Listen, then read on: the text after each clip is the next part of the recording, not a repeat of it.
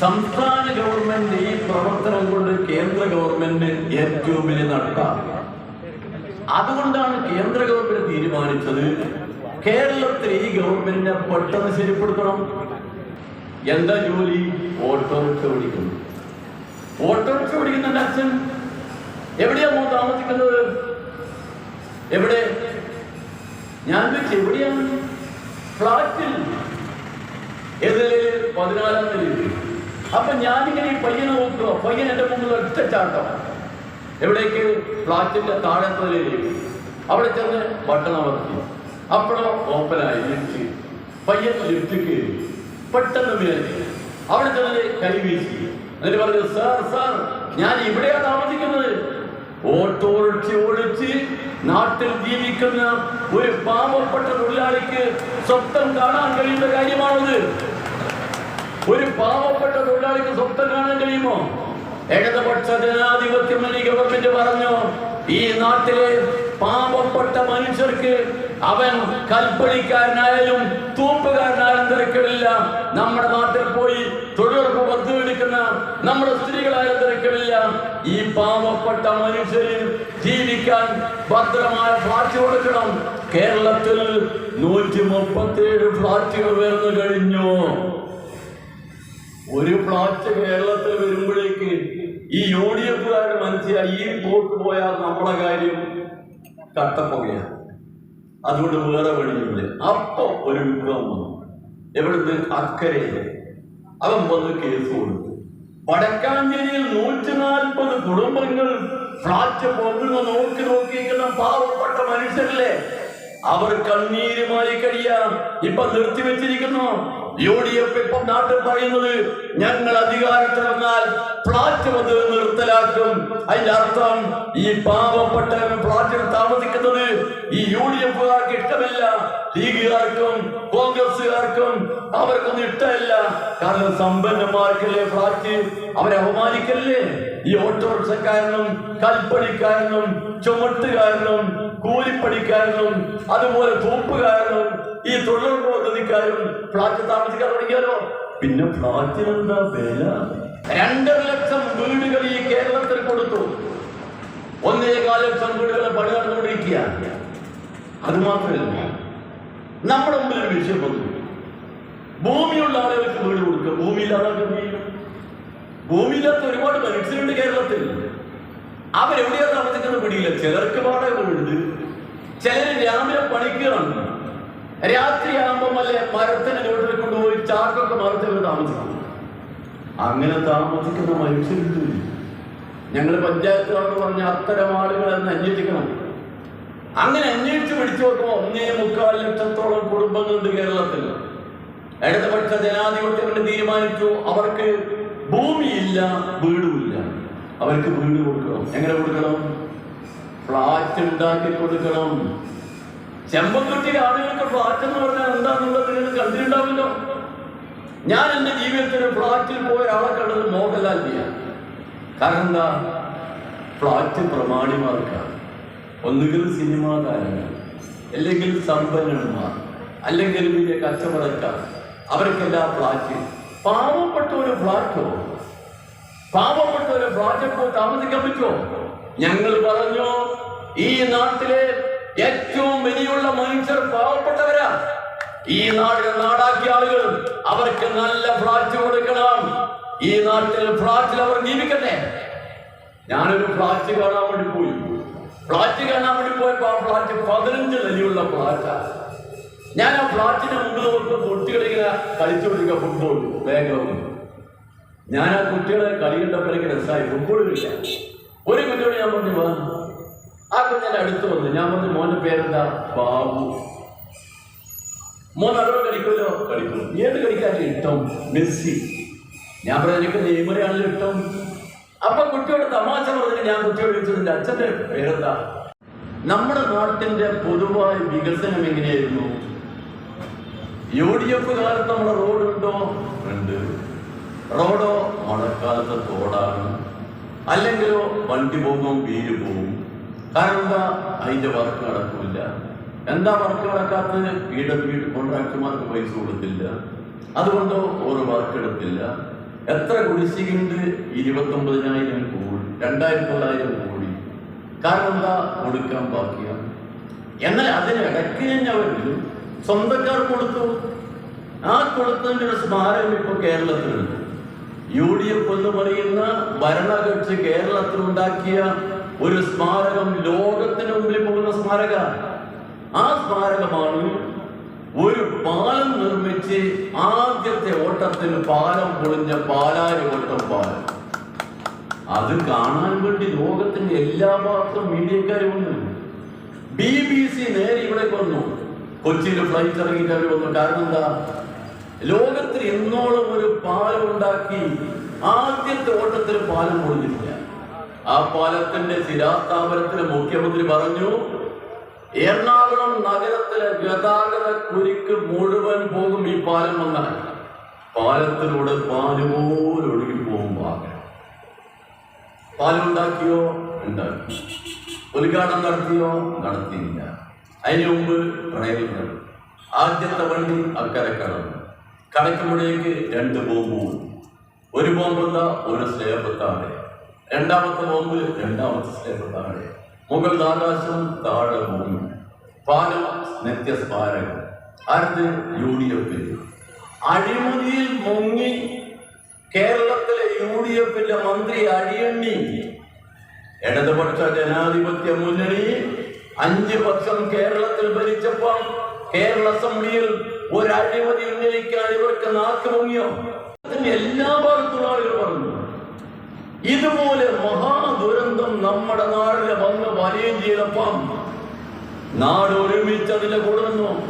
കേരളത്തിലെ മുഖ്യമന്ത്രി സഖാവ് പിണറായി പറഞ്ഞു, ഒരു കാര്യമുണ്ട്, നിങ്ങളെല്ലാവരും ശ്രദ്ധിച്ചോ, ഇവിടുത്തെ ഒരാൾക്ക് പോലും ഈ കോവിഡ് കാലത്ത് ഇവിടെ ഭക്ഷണം കിട്ടാതിരിക്കാൻ പാടില്ല, എല്ലാവർക്കും ഭക്ഷണം വേണം. എന്താ മോഡി പറഞ്ഞത്?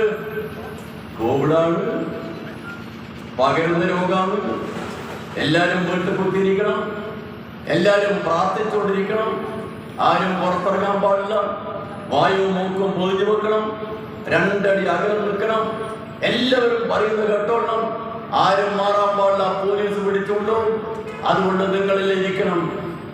അപ്പൊ മോഡി പറഞ്ഞു, നിങ്ങൾക്ക് ഭക്ഷണം കഴിക്കാൻ എന്താ ഏർപ്പാട്?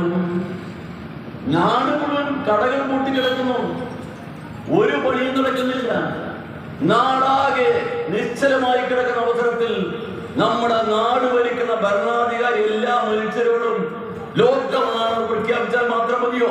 പോരാ. എന്ത് വേണം? അവർ നമ്മുടെ നാട്ടിലെ ജനങ്ങൾക്കെല്ലാം ഭക്ഷണം കൊടുക്കാൻ സംവിധാനം ഉണ്ടാക്കണം. ഇടതുപക്ഷ ജനാധിപത്യ മുന്നണി പറഞ്ഞു, കേരളത്തിൽ ഭക്ഷണം കിട്ടാത്തൊരൊറ്റൊരു മനുഷ്യനും ഉണ്ടാവില്ല, എല്ലാവർക്കും ഭക്ഷണം കൊടുക്കും. മനുഷ്യർക്ക് മാത്രമല്ല, ഒരു എനിക്കൊരു ഫോണാ തിരുവനന്തപുരത്തുണ്ട്. ഒരു വീട്ടമ്മയാ വിളിച്ചിരിക്കണം, ശ്രീകാര്യത്തിൽ. എന്നോട് വിളിച്ചു പറഞ്ഞു, സാറേ, ഈ ടൗണിൽ ഈ ചുറ്റും ഒരുപാട് പട്ടികളുണ്ട്, പട്ടികൾക്ക് ഭക്ഷണമില്ല, കട പൂട്ടിക്കൊണ്ട് പട്ടികൾക്ക് ഭക്ഷണം കിട്ടുന്നില്ല, ഒന്ന് ഭക്ഷണം കൊടുക്കാൻ ഏർപ്പാട് ചെയ്യണം. ഞാൻ അപ്പം വിളിച്ച് നമ്മളെ കടകംപള്ളി സുരേന്ദ്രൻ മന്ത്രിയോട് പറഞ്ഞു, ഇങ്ങനെ ഒരു കേസുണ്ട്, 3 മണിക്കൂർ കൊണ്ട് ആ പട്ടികൾക്ക് ഭക്ഷണം കിട്ടി. ഈ കേരള സംസ്ഥാനത്ത് ഒരു ജീവിക്ക് പോലും ഭക്ഷണം കിട്ടാൻ അവസ്ഥ ഉണ്ടായില്ല. കൊടുത്തോ? കൊടുത്തെങ്ങനെയാ? മണ്ഡലാടിസ്ഥാനത്തിൽ. എത്ര കോടിയാണ്? കണക്ക് പറഞ്ഞിട്ടില്ല. പിരിച്ചോ? പിരിച്ച്. എത്ര കോടി? ഇതുവരെ കണക്കില്ല. കാരണം എന്താ? പിരിച്ചതെല്ലാം ബാങ്കിലാണ്. ഏത് ബാങ്കിൽ? ഓരോരുത്തർ ബാങ്കിൽ. ഏതാ ബാങ്ക്? Qatar bank.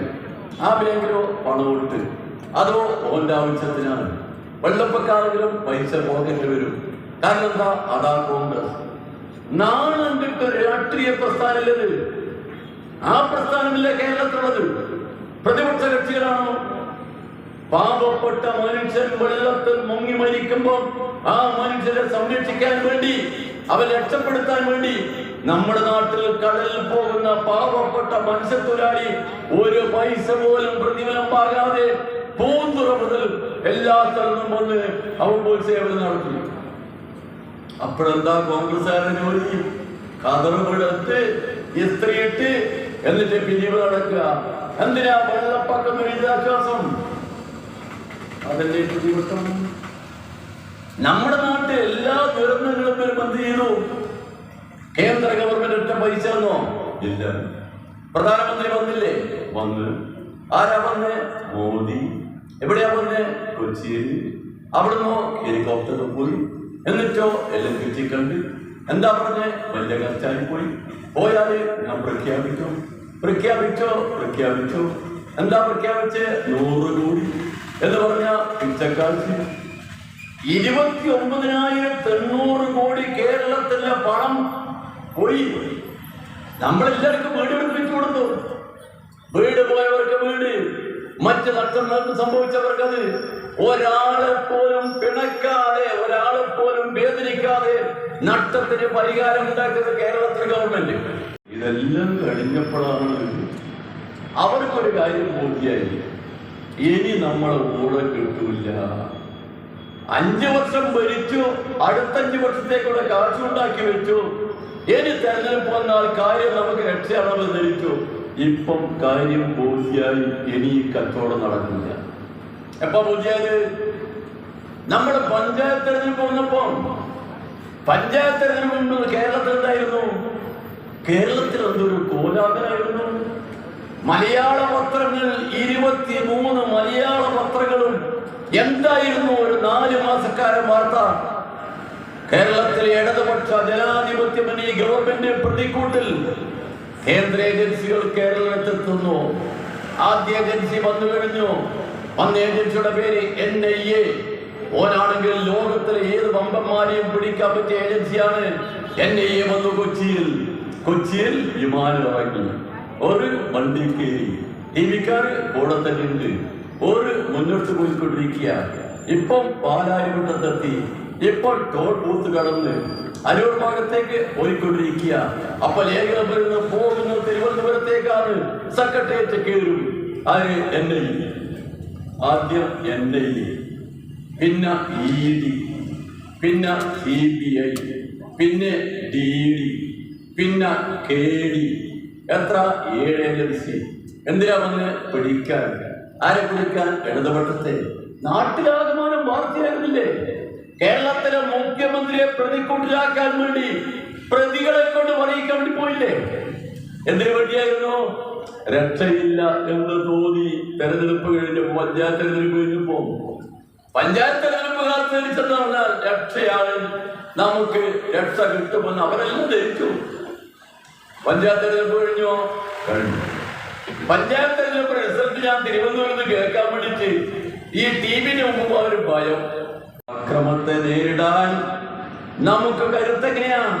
നമ്മൾ നന്മയുടെ പക്ഷത്തെ ചേർന്നിട്ടുള്ളൂ. നമ്മൾ ഈ ഭരണകാലത്ത് ഒരു അഴിമതി ഉണ്ടോ? ഇല്ല. തെറ്റ് ചെയ്തിട്ടുണ്ടോ? ഇല്ല. നമ്മളെ പറ്റി കുറ്റം പറയാൻ പറ്റുമോ? ഇല്ല. ജനസേവനം മാത്രല്ലേ? അതെ. ഈ നാട് കണ്ട ഏറ്റവും ജനകീയമായ മനുഷ്യ സ്നേഹത്തിന്റെ മന്ത്രം മാത്രം ഉരുവിടുന്ന രാജ്യമാസകലം ഈ നാട് കൊല്ലാവുന്ന വഴിയിൽ പോകുന്നു ചിന്തിക്കുന്ന ഒരു ഗവൺമെന്റ് വന്നു. ആ ഗവൺമെന്റിലെ താഴെത്തിറക്കാൻ എളുപ്പമാണോ? അല്ല. 2 കാര്യങ്ങൾ മാത്രം നിങ്ങളുടെ മുമ്പിൽ ഞാൻ പറയാം. നമ്മുടെ സഹോദരിമാർ കേൾക്കേണ്ട കാര്യങ്ങൾ. ഇടതുപക്ഷ ജനാധിപത്യങ്ങളുടെ പ്രവർത്തനത്തിലെ ഒരു ഭാഗമായിരുന്നു നമ്മുടെ വീടില്ലാത്ത മനുഷ്യർക്ക് വീട്. കേരളത്തിൽ നമ്മൾ കണക്കെടുത്ത് നോക്കുമ്പോൾ 4 ലക്ഷത്തിലധികം ആളുകൾക്ക് വീടില്ല. അവർക്ക് സ്വന്തമായി പോകേണ്ട വീടില്ല. ഞങ്ങൾ ആലോചിച്ച് പറഞ്ഞു അവർക്ക് വീട് വെച്ച് കൊടുക്കണം.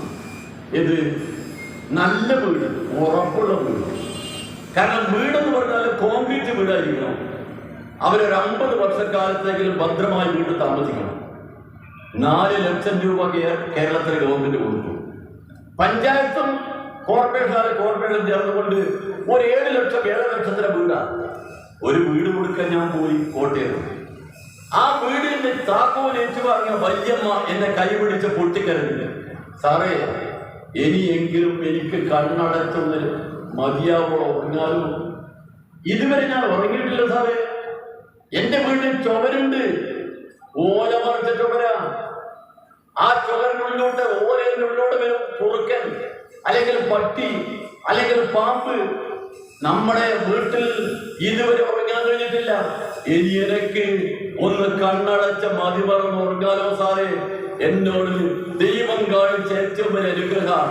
ഞാൻ പറഞ്ഞേ, പിണറായി വിജയൻ ദൈവം അതുകൂടി മനസ്സിൽ വെച്ചു. ആർക്ക് പെൻഷൻ കൊടുക്കുന്നു? എത്രയാ പെൻഷൻ? 32 ലക്ഷം ആൾക്കാർ. ഒറ്റൊന്ന് വർദ്ധിപ്പിച്ചോ? ഇല്ല. 5 വർഷവും ഇരിപ്പാണ്. എന്താ കഴിഞ്ഞു? പൈസ. ആരാ പറയുന്നത്? ഗവൺമെന്റ്. ഓരോ കാര്യത്തിനും പൈസയുണ്ട്. ശമ്പളം കൃത്യമായി കൊടുക്കുന്നില്ലേ? ഉണ്ട്. മന്ത്രിമാർ ടി വി എടുക്കുന്നില്ലേ? ഉണ്ട്. ചുറ്റി പറഞ്ഞ് നടക്കുന്നില്ലേ? ഉണ്ട്. അതിനെല്ലാം പൈസയില്ലേ? ഉണ്ട്. ജനങ്ങളുടെ കാര്യത്തിനോ പൈസയില്ല. നാട്ടിലോ നോക്കാമില്ല. അവർ ധരിച്ചത് 5 വർഷം ഭരണം കഴിഞ്ഞ് പുറത്തിറങ്ങിയാൽ അടുത്ത 5 വർഷം കഴിഞ്ഞാൽ വീണ്ടും ഭരണം കിട്ടുമല്ലോ. കേരളത്തിലൊരു പൊതുധാരണയുണ്ട്, ഒന്നപ്പുറം ഒന്നിപ്പുറം എന്ന് പറഞ്ഞാൽ അമ്പലപ്പറമ്പിൽ നമ്മൾ കളിക്കാൻ പോകുന്നതായിരിക്കാം, ഒന്നകത്ത് ഒന്ന് പുറത്ത്. 5 വർഷം ഭരണം പോയാൽ പിന്നെ 5 വർഷം കാത്തിരുന്നാൽ വീണ്ടും ഭരിക്കാലോ. കാരണം എന്താ? 5 വർഷം കൊണ്ട് 10 വർഷത്തിന് കാശാക്കി വെച്ചാൽ മതിയല്ലോ. UDF ധരിച്ചത് അതാണ്. ഈ 5 കഴിഞ്ഞാൽ അടുത്ത ഉറപ്പാണ്. ഇപ്പോഴവർക്ക് കാര്യം പൂർത്തിയാണ്, ഇത് ഉറപ്പല്ല. എന്തുകൊണ്ട്? നമ്മുടെ നാട്ടിലെ ജനങ്ങൾ അനുഭവമാണ്. ഇടതുപക്ഷ ജനാധിപത്യ മുന്നണി പറഞ്ഞ കാര്യങ്ങൾ എണ്ണി ചെയ്ത മുന്നണിയാണ്. ഞങ്ങൾ എന്താ പറഞ്ഞത്?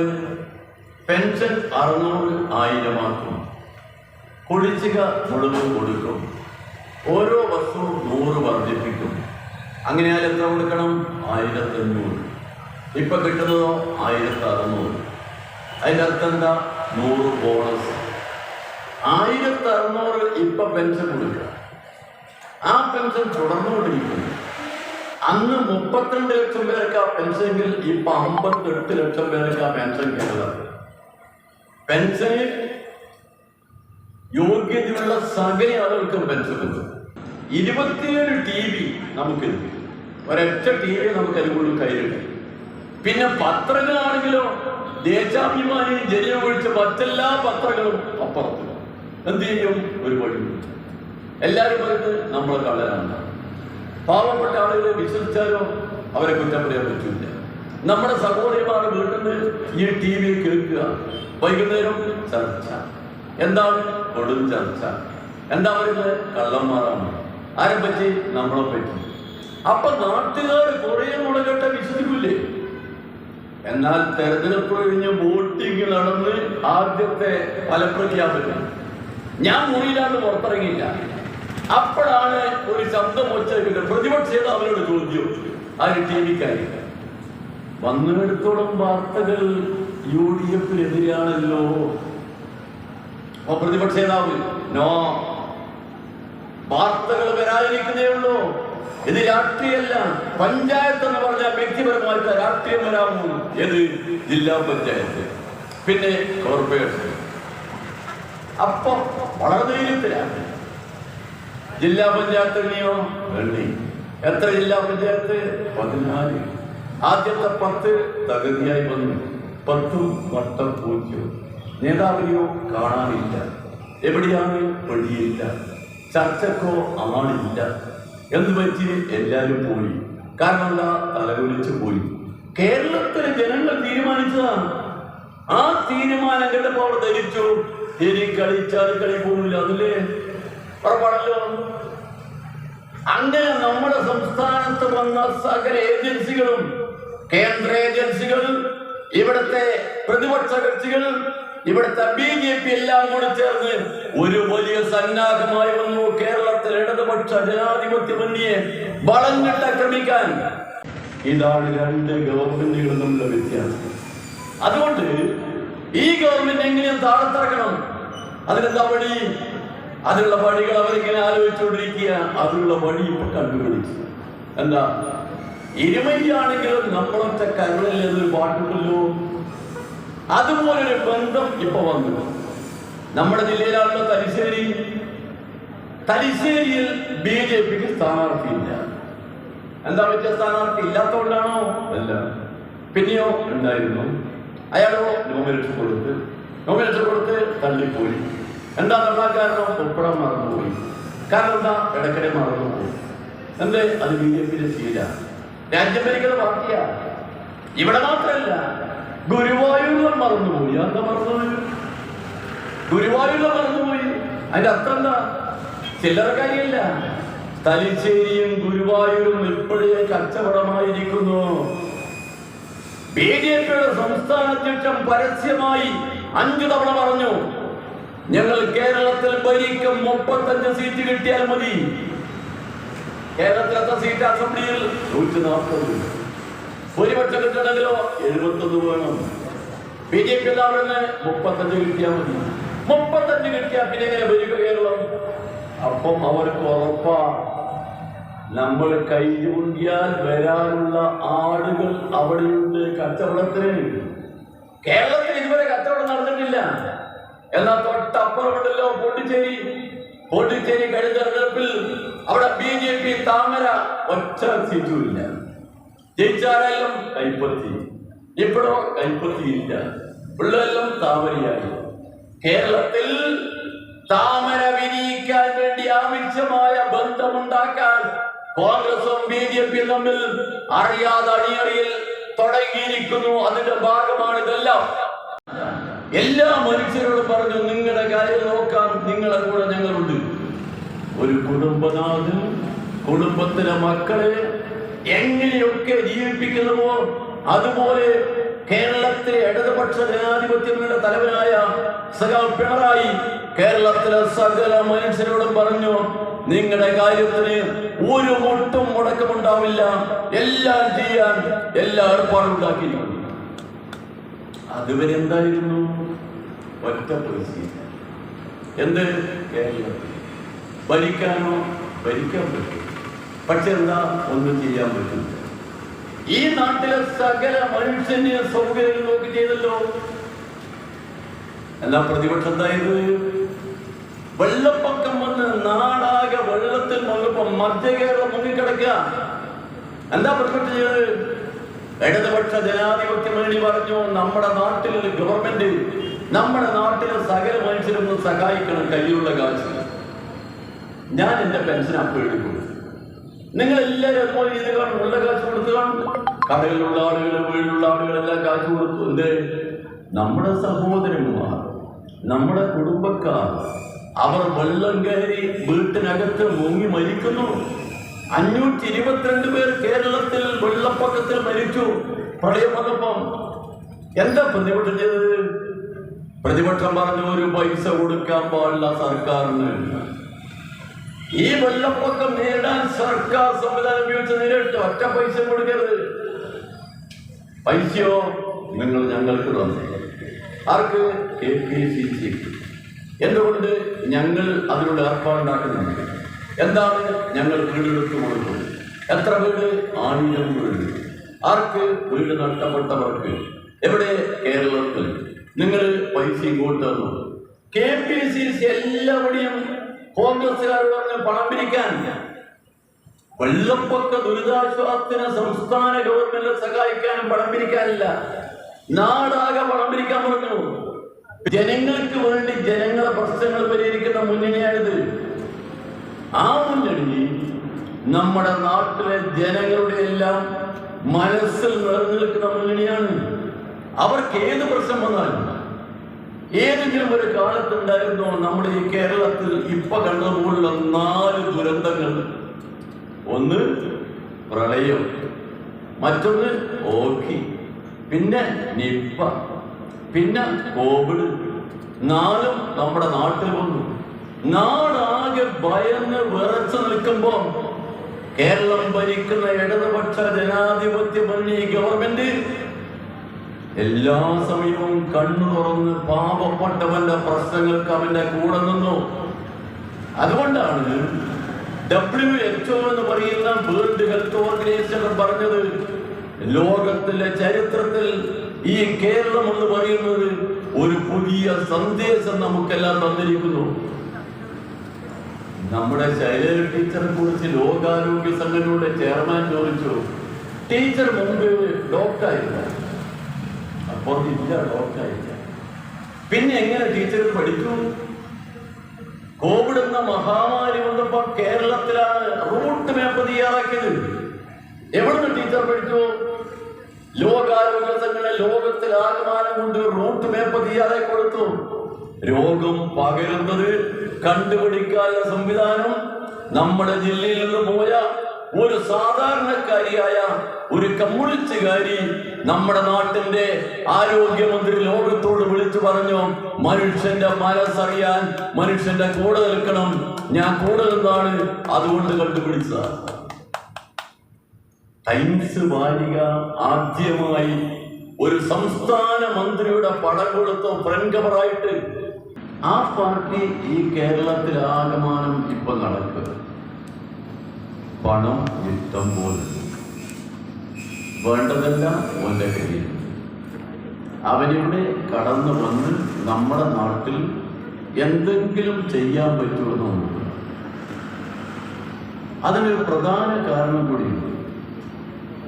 കേന്ദ്ര ഗവൺമെന്റിന്റെ നയങ്ങൾക്കെതിരെ കേരളത്തിലെ ഇടതുപക്ഷ ജനാധിപത്യ മുന്നണി പ്രസംഗം മാത്രമല്ല പ്രവൃത്തി കൂടിയുണ്ട്. കാരണം നമ്മൾ ഏറ്റവും കൂടുതൽ ബാധിക്കുന്ന രണ്ട് കാര്യങ്ങൾ, ഒന്ന് പെട്രോൾ ഡീസൽ വില വർധന, രണ്ടാമത്തെ നമ്മുടെ വീടുകളിൽ വരുന്ന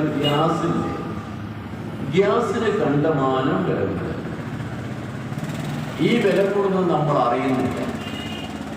നേരത്തെ ഇതൊക്കെ വരുമ്പോൾ പാർലമെന്റ് അറിയായിരുന്നു. ഇപ്പൊ പാർലമെന്റ് പറയോ ഇല്ല, ജനങ്ങൾ അറിയോ ഇല്ല. പെട്രോൾ അടിക്കാൻ പെട്രോൾ ബങ്കിൽ പോയാൽ അവിടുന്ന് പറയുന്നതാണ് കാശ്. കാരണം എന്താ? മുതലാളിമാർക്ക് ഇഷ്ടം പോലെ വില കയറ്റാൻ സർക്കാർ അനുവാദം കൊടുക്കുന്നു. അങ്ങനെ വില കയറ്റിക്കൊണ്ടിരിക്കുമ്പം രാജ്യം ഭരിക്കുന്ന BJPക്ക് അതിലെ കമ്മീഷൻ കൃത്യമായി വരും. അപ്പൊ വില ഇടയ്ക്കിടയെ വന്നു, കമ്മീഷൻ കൂടെ വരും. BJPക്ക് നല്ല സമ്പത്താണ്. ഏത്? പെട്രോൾ ഡീസൽ പാചകമാണ്. കേരളത്തിലെ ഇടതുപക്ഷ ജനാധിപത്യ മുന്നണി ഇപ്പോഴൊരു തീരുമാനമെടുക്കുന്നുണ്ട്. നമ്മുടെ നാട്ടിൽ പാചകവാതകം ഗ്യാസ് കൊണ്ടുവന്ന പൈപ്പ് ലൈൻ ഉണ്ടാക്കുകയും ആ പൈപ്പ് ലൈൻ കമ്മീഷൻ ചെയ്യും. സാക്ഷാൽ മോഡിക്ക് അപ്പം പിടി കിട്ടിയില്ല, മോഡിക്ക് പിന്നെയാ പിടി കിട്ടുന്നത്. ഈ കമ്മീഷൻ ചെയ്തതിന് ശേഷം ഇപ്പം കങ്കനാടി വരെ മംഗലാപുരം വരെ പോയി ഗ്യാസ് പൈപ്പ്. നാളെ വരാൻ പോകുന്നത് നമ്മുടെ വീടുകളിലേക്കാണ്. ഇപ്പൊ നമ്മൾ ഗ്യാസ് വെച്ച് നിന്നാൽ ബുക്ക് ചെയ്യണം, എന്നിട്ട് കുറ്റിയുമായി പോകണം, എന്നിട്ട് നിറച്ച കുറ്റി വാങ്ങണം. പണം ഓൻ തീരുമാനിക്കുക. ഇപ്പൊ ഒരു കുറ്റി ഗ്യാസിന് 850 വീട്ടിൽ നിന്ന് കൊടുക്കണം. ഇഷ്ടം പോലെ വർദ്ധിപ്പിക്കും. അത് 1000 ആകും, 1000നും കടക്കും. കടന്നാലും അവന് നല്ല കച്ചവടമാണ്. ആർക്ക്? മുതലാളി. BJPക്കോ കമ്മീഷൻ കൃത്യമായി കിട്ടും. ഇടതുപക്ഷ ജനാധിപത്യ മുന്നണി പിണറായി വിജയൻ പറഞ്ഞു, ഈ ഗ്യാസ് ലൈൻ ഇതിലെ കൂടെ പോകുമ്പോൾ അതിൽ കൂടി വീടുകളിലേക്ക് കണക്ഷൻ കൊടുക്കും. അപ്പോഴോ നമ്മൾ കുറ്റി ചുമക്കണോ? വേണ്ട. ബുക്ക് ചെയ്യണോ? വേണ്ട. കാത്തിരിക്കണോ? വേണ്ട. നമ്മുടെ വീട്ടിൽ ഗ്യാസ് എത്തും. എങ്ങനെ? പൈപ്പിൽ കൂടി. പൈസയോ ഇപ്പൊ 850, നമ്മളോ 250 കൊടുക്കും. വില വർദ്ധിക്കില്ല. കാരണം എന്താ? നമ്മളാ മുതലാളി. അപ്പോഴോ അത് സംഗതി എങ്ങനെയാണ്? ഇതവരെ സഹിക്കുവോ? ഇല്ല. അവന്റെ മുതലാളിമാർ പറയുന്നത് ഇത് കച്ചവടം പറ്റില്ലെന്നാണ്. ഇന്ത്യ ഭരിക്കുന്ന BJPയുടെ നയത്തിനെതിരായി കേരളത്തിലെ നയം അതനുവദിക്കില്ല എന്നവൻ പറഞ്ഞു കൊടുക്കുക. രണ്ടാമത്തെ കാര്യം എന്താ? ഇപ്പൊ എന്റെ മുമ്പിൽ ഇതാ ഒരു മൊബൈൽ, എല്ലാരെങ്കിലും മൊബൈൽ ഉണ്ടല്ലേ? ഈ ചെമ്പത്തുട്ടിയ മൊബൈലിന്റെ കാര്യത്തിൽ നെറ്റ് കിട്ടുമോ എന്നുള്ള പിടിയേ ഇല്ല. മിക്കവാറും വീട്ടിൽ TV. പക്ഷെ TV കിട്ടുന്ന എന്താ? ദൂരദർശൻ. ഇവിടെ നമുക്ക് നെറ്റ് കിട്ടണമെങ്കിൽ വലിയ കമ്പനിയെ നെറ്റ് എടുക്കണം. ജിയോ പോലുള്ള കമ്പനി, വലിയ കമ്പനി, സാധാരണ പറ്റില്ല. കേരളത്തിലെ ഗവൺമെന്റ് ഇപ്പോൾ ഒരു പുതിയ തീരുമാനം എടുത്തിട്ട് നടക്കാൻ പോയപ്പോൾ എന്താണെന്നറിയോ? K phone. കെ ഫോൺ കേരളത്തിൽ വന്നു കഴിഞ്ഞു. 6 മാസക്കാലത്തിനടക്ക് കെ ഫോൺ നമ്മളെല്ലാം വീട്ടിലെത്തും. 20 ലക്ഷം പാവപ്പെട്ട കുടുംബങ്ങൾക്ക് വീട്ടിലേക്ക് നെറ്റ് ഫ്രീ ആയി കൊടുക്കും. അപ്പോഴോ നമുക്ക് സൗജന്യ എല്ലാം കാണാം. നമ്മുടെ മൊബൈൽ നല്ലോണം പ്രവർത്തിക്കും. നെറ്റ് കിട്ടിക്കൊണ്ടേയിരിക്കും. നാട്ടിലെ എല്ലാ മനുഷ്യർക്കും ചുരുങ്ങിയ ചെലവിൽ നെറ്റ് കിട്ടും. കേന്ദ്രത്തിൽ സഹിക്കോ? ഇല്ല. എന്താ സഹിക്കാത്തത്? ഓന്റെ മുതലാളിയാണ്. ആര്? എന്റെ മുതലാളി. ഓരോ വലിയ നഷ്ടമാണ്. കേരളത്തിലാണ് ഏറ്റവും കൂടുതൽ ആളുകൾ ഉപയോഗിക്കുന്നത്. ആ ഉപയോഗിക്കുന്നതിനോ ഓന്റെ ചങ്കിനടിക്കുകയാണ്. അതുകൊണ്ടോ ഒരു സഹിക്കില്ല. ഈ 2 കാര്യങ്ങൾ കൊണ്ട് ഈ ഗവൺമെന്റിനെ പെട്ടെന്ന് ശരിപ്പെടുന്ന മുതലാളിമാരെ മതിയാണ്.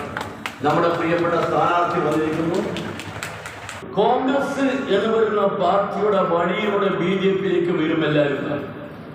ഇപ്പൊ നിങ്ങൾ ഈ മിക്കവാറും എവിടെയുള്ള ആളുകൾ ചമ്പത്തൊട്ടിക്കാരിൽ ഇപ്പൊ കോട്ടയത്തിലും പോകുന്നതല്ലേ? നമ്മൾ അങ്കമാലി റെയിൽവേ സ്റ്റേഷനിൽ കണ്ടില്ല. അങ്കമാലി റെയിൽവേ സ്റ്റേഷൻ ഒരു പ്രത്യേകത. അങ്കമാലി റെയിൽവേ സ്റ്റേഷൻ കാലടിക്കാർക്ക് പോകാൻ വേണ്ടിയില്ല. അവിടെ ബോർഡിൽ തന്നെ വെച്ചിരിക്കുന്ന അങ്കമാലി ഫോർ കാലടി. കാലടിയിൽ പോകേണ്ടവർക്ക് ഇതുവഴി പോവാണ്. കോൺഗ്രസ് എന്ന് പറഞ്ഞാൽ ഇപ്പൊ മനസ്സിലായിക്കോ, BJPയിൽ പോകേണ്ടവർക്ക് പോകാനുള്ള കോൺഗ്രസ് ഫോർ BJP ആയിരിക്കും. അത് കേരളത്തിൽ വരാൻ പോവുകയാണ്. അതിനെ കേരളത്തിലെ ജനങ്ങൾ അനുവദിച്ചുകൂടാ. അനുവദിച്ചാൽ നമ്മുടെ നാട്ടിൽ നിലനിൽക്കുന്ന മതസൗഹാർദ്ദമില്ലേ? ഹിന്ദുവും മുസൽമാനും ക്രിസ്ത്യാനിയുമെല്ലാം ഒരു കുടുംബമാണ്. ദൈവത്തിന്റെ സ്വന്തം നാട്. രാജ്യത്തിലാകമാനം കലാപം നടക്കുമ്പോൾ കന്യാസ്ത്രീകൾക്ക് പോലും യാത്ര ചെയ്യാൻ പറ്റാത്ത രീതിയിൽ RSSകാരും പത്രവിധാനവരും അക്രമം നടത്തുമ്പോൾ ഈ നാട്ടിലെ മതന്യൂനപക്ഷങ്ങൾക്ക് കരുത്ത് പകരാൻ അവരുടെ സംരക്ഷണത്തിന് വേണ്ടി ഇവിടെയുള്ളത് ഇടതുപക്ഷ ജനാധിപത്യ മുന്നണി ഗവൺമെന്റാണ്. ആ ഗവൺമെന്റ് നിലനിർത്തേണ്ടത് നാട്ടിന്റെ പൊതു ആവശ്യമാണ്. അതിനു വേണ്ടിയുള്ള പ്രവർത്തനത്തിൽ നമുക്ക് ഒരുമിച്ച് മുന്നേറാം. ഈ വരുന്ന ഏപ്രിൽ 6 നമ്മൾ വോട്ട് ചെയ്യുമ്പോൾ നമ്മളെ കുറിച്ചും നമ്മുടെ കുടുംബത്തെ കുറിച്ചും നമ്മളെ പിൻവരുന്ന നമ്മുടെ കുടുംബങ്ങളെ കുറിച്ചും നമ്മുടെ നാടിനെ കുറിച്ചും നമ്മുടെ ജീവിതത്തെ കുറിച്ചും ആലോചിച്ചുകൊണ്ട് വോട്ട് ചെയ്യുമ്പോൾ മറക്കരുത്, ഇടതുപക്ഷ ജനാധിപത്യ മുന്നണി സ്ഥാനാർത്ഥിയായി ഇവിടെ മത്സരിക്കുന്ന ശ്രീ സജി കുറ്റ്യാനി മറ്റത്തിനെ നിങ്ങൾ 2 ലക്ഷത്തിൽ വോട്ട് നൽകി വിജയിപ്പിക്കണം എന്ന് വിനയപുരസ്സരം അപേക്ഷിക്കുന്നു. ഞാൻ നിർത്തുന്നു. ഈ പരിപാടി നിങ്ങളുടെ എല്ലാം അനുവാദത്തോടുകൂടി ഉദ്ഘാടനം ചെയ്യുന്നു. എല്ലാവർക്കും അഭിവാദ്യം.